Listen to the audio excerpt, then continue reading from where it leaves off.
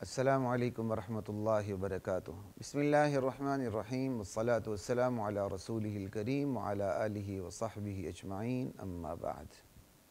خواتین و حضرات، مختصر درس حدیث کے سلسلے کے ساتھ خلیق الرحمن آپ سے مخاطب ہے۔ آج کی جو پہلی حدیث ہے آج کی نشست کی، وہ متفق علیہ حدیث ہے، یعنی صحیح بخاری اور صحیح مسلم کی، اور اس کے راوی حضرت عبداللہ بن عمرو رضی اللہ تعالی عنہ ہیں۔ اور اس حدیث کا تعلق بندے کی منافقت سے ہے، اس کے قول و فعل کے تضاد سے ہے۔ سنیے، مختصر سی انشاءاللہ گفتگو ہوگی۔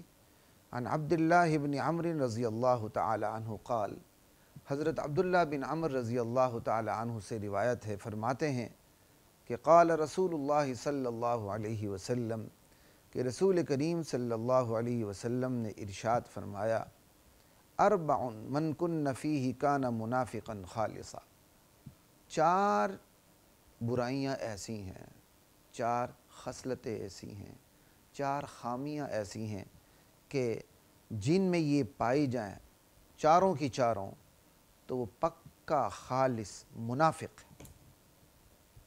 ومن کانت فیہ خصلۃ منہن، اور جس شخص میں ان چاروں خصلتوں میں سے کوئی ایک خصلت، چاروں خامیوں میں سے کوئی ایک خامی پائی جائے، کوئی ایک برائی پائی جائے، کانت فیہ خصلۃ من النفاق، تو اس کے اندر نفاق کی یعنی منافقت کی کوئی ایک خصلت ہوگی۔ یعنی چاروں میں سے کوئی ایک ہے تو اس کا مطلب منافقت کی جو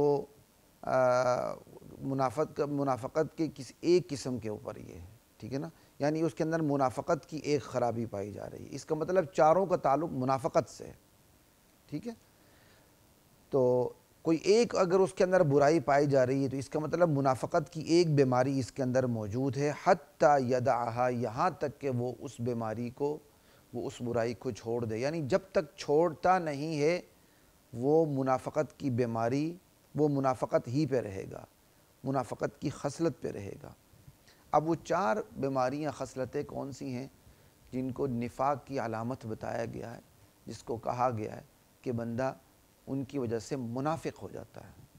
تو پہلی جو خصلت ہے وہ ہے اذا اؤتمن خان، جب بندے کے پاس امانت رکھی جائے تو وہ اس میں خیانت کر بیٹھے۔ میں نے کسی کی چیز، میں نے کسی کے پاس کوئی امانت رکھی، یہ گھڑی امانت رکھی، اب اس میں خیانت کرتا ہے، پیسے امانت رکھے، خیانت کرتا ہے، یہاں تک کہ میں نے راز اس کے پاس امانت رکھا، اس راز میں خیانت کرتا ہے،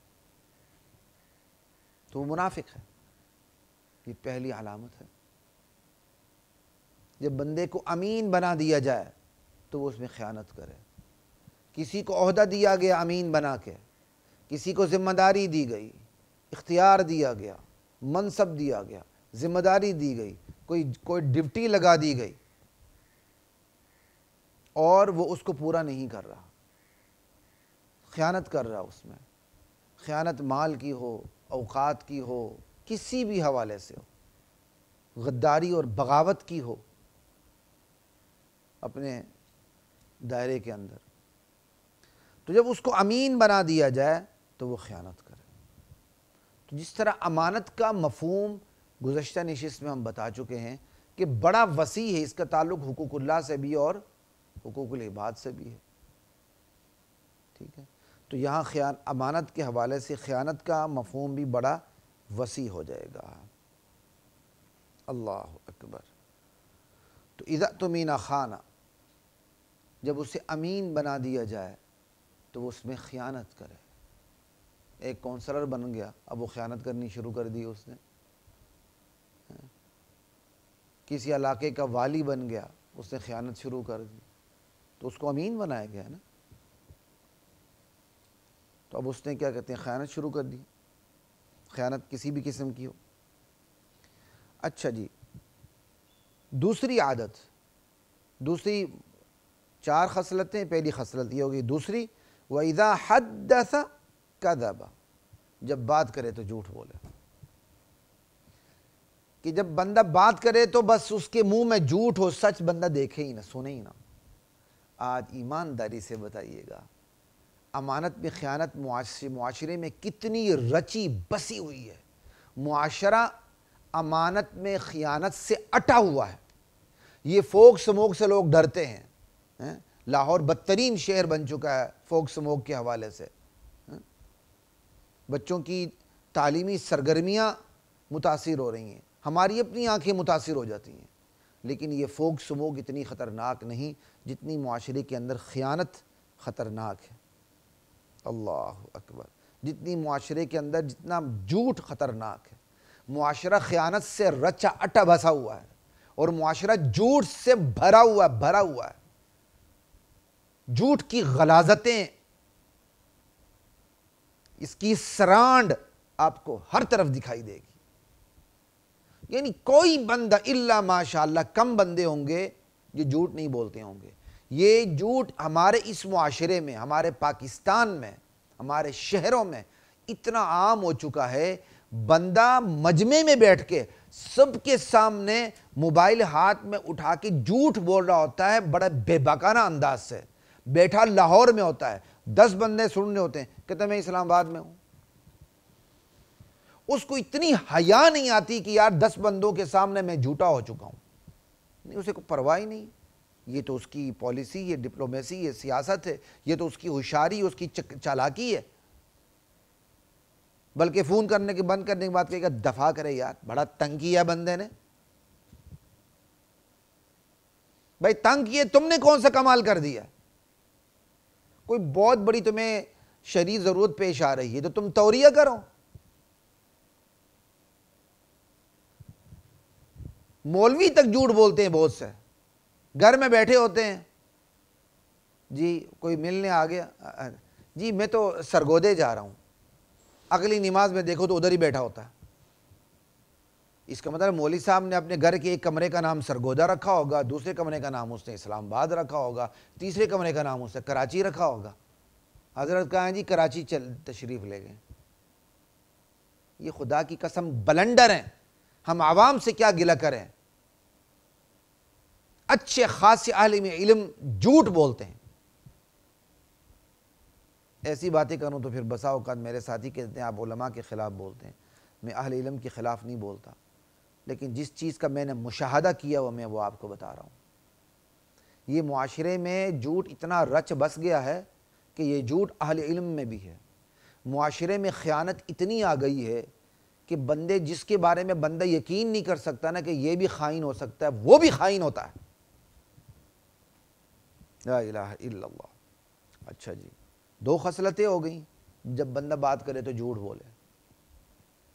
اب تیسری خصلت وَإِذَا عَاهَدَ غَدَرَ، جب بندہ معاہدہ کرتا ہے تو غدر کرتا ہے، وعدہ خلافی کرتا ہے۔ جب وہ وعدہ کرے تو پھر وعدہ پورا نہیں کرتا۔ ایک حدیث میں اخلف کے الفاظ ہیں، ٹھیک ہے، یہاں غدر کے الفاظ ہیں، بات ایک ہی ہے۔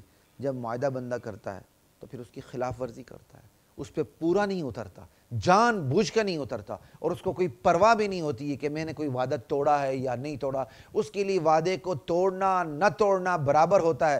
یہاں تک کہ یہ چیز بھی اتنی رچ بس گئی ہے کہ بندہ کو آسانی ہو، ایزی فیل کرتے ہوئے وہ کسی کا وعدہ پورا کرے تو وہ کوئی شکر بھی نہیں کرتا کہ میں نے کوئی وعدہ پورا کیا۔ ٹھیک ہے، روٹین کی چیز ہے، میں نے وعدہ پورا کر دیا، نہ کرتا بھی تو کوئی فرق نہیں پڑتا تھا۔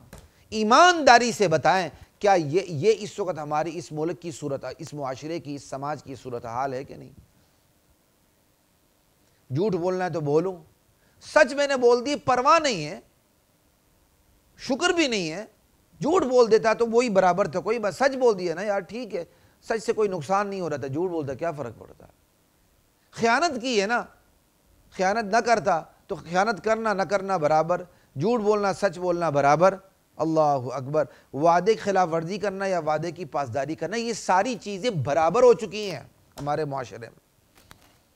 وَإِذَا خَاصَمَ فَجَرَ، اور چوتھی برائی، چوتھی خصلت یہ ہے جب بندہ جھگڑا کرنے لگے تو گالی گلوچ پر اتر آئے، بد کلامی اور بد زبانی پر اتر آئے۔ یہ 4 خصلتیں ایسی ہیں کہ جب امین بنا دیا جائے تو خیانت کرے، بولنے لگے تو جھوٹ بولے، وعدہ کرے تو وعدہ خلاف ورزی کرے، اور جھگڑا کرے تو گالی گلوچ کرنے لگ جائے۔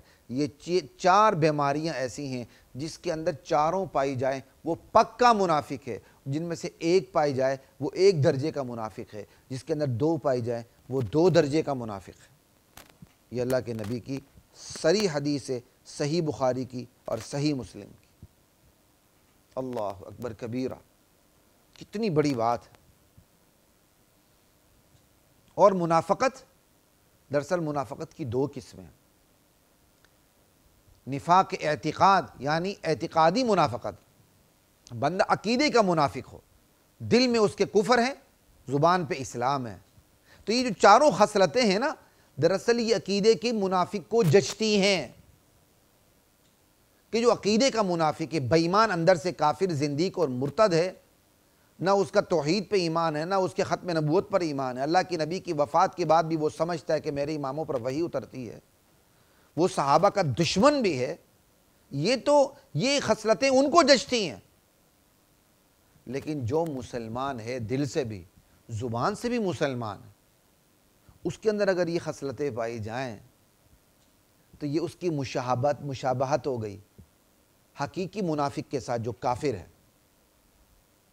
ہے دل کا مسلمان، زبان سے بھی اس نے اقرار کی ہے، واقعی مسلمان ہے، لیکن اس کے اندر جو یہ بیماریاں ہیں نا، امانت میں خیانت کی، جھوٹ بولنے کی، وعدہ خلافی کی اور جھگڑے کے گالی گلوچ کی، یہ جو اس کے اندر برائیاں ہیں، یہ عقیدے کی منافق والی گمراہی ہیں۔